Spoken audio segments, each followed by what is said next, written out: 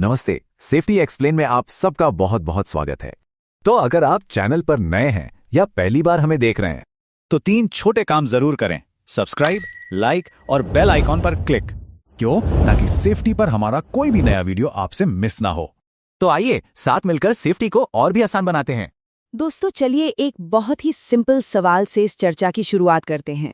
जरा सोचिए, एक कंस्ट्रक्शन साइट है जहां एक वर्कर काम कर रहा है। अब वहां खतरे पहले से पता हैं, जैसे ऊपर से कोई भारी सामान गिर सकता है, आसपास खुदाई का काम चल रहा है या फिर कहीं बिजली की खुली तारें हैं। ये सब जाने पहचाने खतरे हैं। फिर भी एक्सीडेंट हो जाता है। सवाल ये है, ऐसा होता क्यों है? जवाब सीधा है, क्योंकि खतरों को सिर्फ पहचाना गया लेकिन उन्हें ठीक से डॉक्यूमेंट नहीं किया गया। उनसे जुड़े रिस्क को मापा नहीं गया और सबसे जरूरी, उन्हें कंट्रोल करने के लिए कोई ठोस प्लान नहीं बनाया गया। बस इसी प्रॉब्लम को HISI सॉल्व करता है। तो आज के इस सेशन में हम हीरा की पूरी प्रक्रिया को समझेंगे। हम जानेंगे कि ये सिर्फ एक कागजी कार्रवाई से कहीं ज्यादा क्यों है, ये असल में काम कैसे करता है, और सबसे अहम बात, हम एक असली कंस्ट्रक्शन साइट का उदाहरण लेकर स्टेप बाय स्टेप हीरा बनाना सीखेंगे। चलिए अब शुरू करते हैं हमारे दूसरे खंड से। सबसे पहले ये समझते हैं कि HIRA असल में है क्या और इसका मकसद सिर्फ एक फॉर्म भरने से कहीं ज्यादा क्यों है। तो HIRA का पूरा नाम है hazard identification and risk assessment. जैसा कि नाम से ही साफ है, ये एक सिस्टमैटिक प्रोसेस है, एक व्यवस्थित प्रक्रिया, जिसमें हम कोई भी काम शुरू करने से पहले सबसे पहले उसमें मौजूद सभी खतरों की पहचान करते हैं और फिर उन खतरों से जुड़े रिस्क का आकलन करते हैं। एक बात हमेशा याद रखनी है, हीरा सिर्फ एक फॉर्म नहीं है, ये सोचने का एक तरीका है। ये एक स्ट्रक्चर्ड तरीका है जिससे हम किसी भी काम को छोटे छोटे हिस्सों में तोड़ते हैं, हर हिस्से के खतरों को ढूंढते हैं, रिस्क को एक नंबर देते हैं और फिर जरूरी कंट्रोल्स लगाते हैं ताकि रिस्क एक सुरक्षित लेवल तक आ जाए। अक्सर लोग हीरा और रिस्क असेसमेंट इन दो शब्दों में कंफ्यूज हो जाते हैं। देखिए, रिस्क असेसमेंट एक बहुत बड़ा शब्द है, जबकि हीरा एक खास फॉर्मल तरीका है जो सीधे तौर पर वर्कप्लेस की एक्टिविटीज के लिए बनाया गया है। इसमें हम एक्टिविटी, हैज़र्ड और रिस्क तीनों को एक साथ एक ही टेबल में डॉक्यूमेंट करते हैं। और हाँ, हीरा करना सिर्फ एक अच्छी आदत नहीं है, ये एक अनिवार्य आवश्यकता है, एक मैंडेटरी रिक्वायरमेंट। ISO 45001 जैसे इंटरनेशनल स्टैंडर्ड्स और भारत में फैक्ट्रीज एक्ट और BOCW एक्ट, ये सभी हीरा को जरूरी बताते हैं। क्यों? क्योंकि सबको पता है कि ये प्रक्रिया असल में जानें बचाती है। चलिए अब अगले खंड पर चलते हैं। अगर हीरा में महारत हासिल करनी है तो हमें इससे जुड़े 4 प्रमुख शब्दों को बहुत गहराई से समझना होगा। पहला शब्द है हैज़र्ड, यानी खतरा। हैज़र्ड का मतलब है कोई भी चीज, कोई भी हालत या कोई भी सिचुएशन जिसमें नुकसान पहुंचाने की क्षमता हो, जैसे स्कैफोल्डिंग पर लगा एक ढीला तख्ता या फिर किसी केमिकल का खुला हुआ कंटेनर। ये सब हैज़र्ड हैं। दूसरा शब्द है रिस्क, यानी जोखिम। रिस्क का मतलब है कि किसी हैज़र्ड के कारण असल में कोई दुर्घटना होने की संभावना कितनी है और अगर दुर्घटना हुई तो उसकी गंभीरता कितनी होगी। याद रखिए, हैज़र्ड तो अपनी जगह रहता है, लेकिन रिस्क इस बात पे निर्भर करता है कि हमारे पास कंट्रोल मेजर्स क्या हैं। अब आते हैं तीसरे शब्द पर, लाइक्लीहुड, जिसे हम शॉर्ट में L कहते हैं। इसका सीधा मतलब है कि किसी खतरे से नुकसान होने की संभावना या प्रोबेबिलिटी कितनी है। हम इसे 1 से 5 के स्केल पर रेट करते हैं, जहां 1 मतलब बहुत कम और 5 मतलब लगभग तय है। और चौथा शब्द है सिवियरिटी, यानी गंभीरता, जिसे हम S से दिखाते हैं। ये बताता है कि अगर नुकसान हुआ तो वो कितना गंभीर होगा। इसका भी स्केल 1 से 5 का है। 1 मतलब मामूली चोट और 5 मतलब मौत। और इन्हीं 2 शब्दों लाइक्लीहुड और सिवियरिटी से हमारा सबसे जरूरी फॉर्मूला बनता है, रिस्क स्कोर, जो बराबर है लाइक्लीहुड को सिवियरिटी से गुना करने पर, यानी risk score is equal to L into S। ये रिस्क मैट्रिक्स हमें बताता है कि स्कोर के हिसाब से हमें क्या एक्शन लेना है।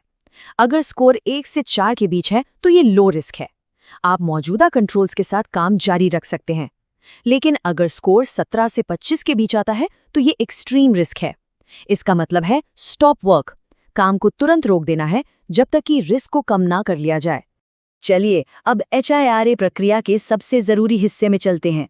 हमारे अगले खंड में हम सुरक्षा के इस ब्लूप्रिंट को 7 बहुत ही आसान स्टेप्स में समझेंगे।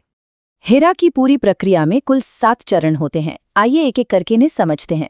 स्टेप 1, गतिविधि को परिभाषित करें, यानी साफ साफ लिखें कि क्या काम होने जा रहा है। स्टेप 2, खतरों की पहचान करें। ये सबसे ज़रूरी कदम है। काम के हर पहलू से जुड़े हर छोटे बड़े खतरे को ढूंढकर लिस्ट करें। स्टेप 3, जोखिम का आकलन करें। हर खतरे के लिए L और S की रेटिंग दें और उन्हें गुणा करके रिस्क स्कोर निकालें। स्टेप 4, मौजूदा नियंत्रणों को नोट करें। मतलब अभी खतरे को कम करने के लिए हम पहले से क्या कर रहे हैं, जैसे हेलमेट पहनना। स्टेप 5, अवशिष्ट जोखिम की गणना करें, यानी मौजूदा कंट्रोल्स के बाद जो रिस्क बचा है उसे फिर से कैलकुलेट करें।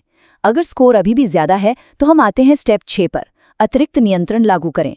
यहाँ हम नए और बेहतर कंट्रोल्स लगाते हैं ताकि रिस्क सुरक्षित लेवल तक आ जाए। और आखिर में स्टेप 7, समीक्षा करें और साइन ऑफ करें।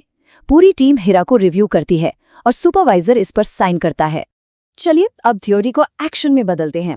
हम एक बहुत ही आम लेकिन हाई रिस्क कंस्ट्रक्शन एक्टिविटी का उदाहरण लेंगे। 10 मीटर की ऊंचाई पर स्कैफोल्डिंग बनाना, और इसके लिए एक प्रैक्टिकल हिरा बनाकर देखेंगे। ठीक है, तो अब हमारे सामने एक असली हायरा का उदाहरण है। एक्टिविटी है 10 मीटर की ऊंचाई पर स्कैफोल्डिंग बनाना। आइए इस टेबल को ध्यान से देखते हैं और समझते हैं कि इसे प्रैक्टिकली कैसे भरा जाता है। हम इसके कुछ मुख्य खतरों का विश्लेषण करेंगे। जरा इस टेबल की पहली लाइन को देखिए। हैजर्ड है ऊंचाई से गिरना।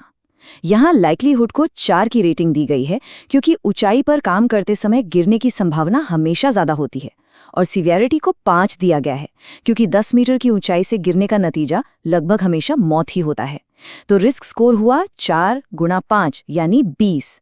यह है एक्सट्रीम रिस्क। इसका मतलब है जब तक full body harness, safety net जैसे मजबूत कंट्रोल नहीं लगाए जाते तब तक काम शुरू नहीं हो सकता। अब दूसरी लाइन को देखते हैं। हैजर्ड है गिरती हुई वस्तुएं, जैसे कोई टूल या नट बोल्ट। यहाँ लाइक्लीहुड 4 और सिवियरिटी 4 है, जिससे रिस्क स्कोर आता है 16, जो कि एक हाई रिस्क है। इसके लिए कंट्रोल्स क्या होंगे? टूल टेदरिंग, नीचे एक्सक्लूजन जोन बनाना और हेलमेट पहनना अनिवार्य करना। इसी तरह हम देख सकते हैं कि स्कैफोल्ड के ढहने या बिजली के झटके का रिस्क भी हाई कैटेगरी में है और उनके लिए भी खास कंट्रोल मेजर्स की जरूरत है। अब हम अपने अंतिम और सबसे गंभीर खंड पर आते हैं। ये एक वास्तविक केस स्टडी है जो हमें बताएगी कि हिरा असल में जीवन और मृत्यु के बीच का फर्क कैसे बन सकता है। अब मैं आपको एक असली घटना के बारे में बताता हूं जो हायरा की जरूरत को साफ कर देगी। एक मल्टी स्टोरी बिल्डिंग की साइट थी। काम था ऊपरी मंजिल पर स्कैफोल्डिंग खली करना। काम शुरू हो गया लेकिन कोई हायरा नहीं बनाया गया।